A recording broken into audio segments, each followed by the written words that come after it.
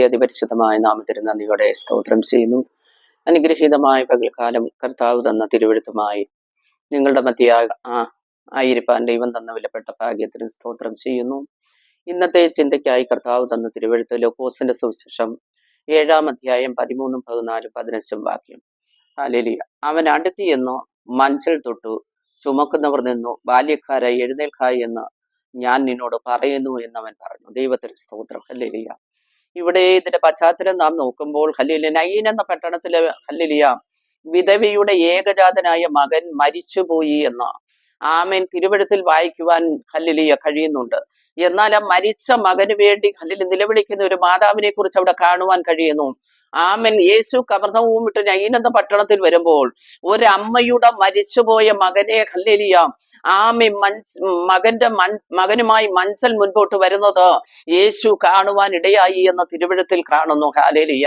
നോക്കണമേ, ഒരമ്മയുടെ ഏകജാതൻ നിർജീവമായി പുറത്തു വരുമ്പോൾ ഒരു പുനരുത്ഥാനത്തിന്റെ ശക്തിയായവൻ കവർന്നവും വിട്ട് നയീൻ എന്ന പട്ടണത്തിലേക്ക് പ്രവേശിക്കുവാൻ ഇടയാകുന്നത് തിരുവെഴുത്തിൽ വായിക്കുവാൻ ഇടയാകുന്നുണ്ട്. അങ്ങനെയെങ്കിൽ ഹല്ലേലൂയ, എന്നെ കേൾക്കുന്ന ദൈവവേദനേ, മരിച്ചു നിർജീവമായതിനെ ജീവിപ്പിക്കുവാൻ പുനരുത്ഥാന ശക്തിയായവൻ ഹല്ലേലൂയ പട്ടണത്തിലേക്ക് വന്ന് വിലപിച്ചു നിലവിളിച്ച് ഹല്ലേലൂയ കരയുന്ന മാതാവിന്റെ അരികിൽ വന്ന് അവിടെ കണ്ണുനീരിനെ തുടച്ച് കരയേണ്ട എന്ന് പറഞ്ഞു മുന്നോട്ട് നീങ്ങി ഹല്ലേലൂയ മഞ്ചലിൽ യേശു തൊടുന്നതായി തിരുവെഴുത്തിൽ വായിക്കുവാൻ ഇടയാകുന്നു.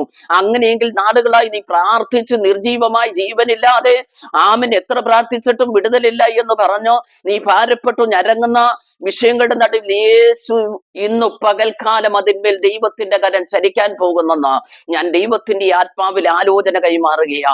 ജീവനില്ലാത്തതിന് ജീവിപ്പിക്കുന്ന ദൈവം ഇന്ന് പകൽക്കാലം നിന്റെ ജീവിതത്തിൽ അവൻ ജീവന്റെ ഹല്ലേലൂയ ഉടയവനായി വെളിപ്പെടുവാൻ പോകുന്ന പകൽക്കാലമെന്ന് ദൈവത്തിന്റെ ആത്മാവിൽ ഞാൻ ആലോചനയെ അറിയിക്കുക. മണ്ണും വിണ്ണും കാണുവാൻ കഴിയാത്ത കുരുടന് വേണ്ടി സ്വർഗത്തിലെ ദൈവം ഇറങ്ങി വന്ന കുരുടന് ഹല്ലേലൂയ ചേറിൽ തുപ്പൽ പുരട്ടി അവന്റെ കണ്ണിൽ പുരട്ടി ശീലോഹംകുളത്തിൽ പോയി കഴുകൽ പ്രാപിക്കായി എന്ന് പറഞ്ഞു അവന്റെ കണ്ണിന് കാഴ്ച കൊടുത്തു എങ്കിൽ അവനെ കുറിച്ച് അവന്റെ അമ്മയപ്പന്മാർ പാപം ചെയ്തത് കൊണ്ടായിരിക്കും ഇവനത് സംഭവിച്ചെന്ന് പലരും പറഞ്ഞപ്പോൾ യേശു പറയുന്നു, പകലുള്ളിടത്തോളം ഇവൻ വേല തികയ്ക്കേണ്ടിയവനാകുന്നു എന്ന്. അങ്ങനെയെങ്കിൽ ഇന്ന് പകൽക്കാലം നിന്റെ ജീവിതത്തിൽ വന്ന പ്രതിസന്ധികൾ, ദൈവത്തിന് നിന്നെ കുറിച്ചൊരു പദ്ധതിയുണ്ട്, ദൈവത്തിന് നിന്റെ കുടുംബത്തെ കുറിച്ചൊരു ഉദ്ദേശമുണ്ട്. അങ്ങനെയെങ്കിൽ ആ ഉദ്ദേശത്തിനായി നിന്നെ തന്നെ ഏൽപ്പിച്ചു കൊടുക്കുവാൻ ദൈവാത്മാവിൽ ഓർപ്പിച്ചുകൊണ്ട് ഈ വചനങ്ങളാൽ ദൈവം നമ്മെ സഹായിക്കും.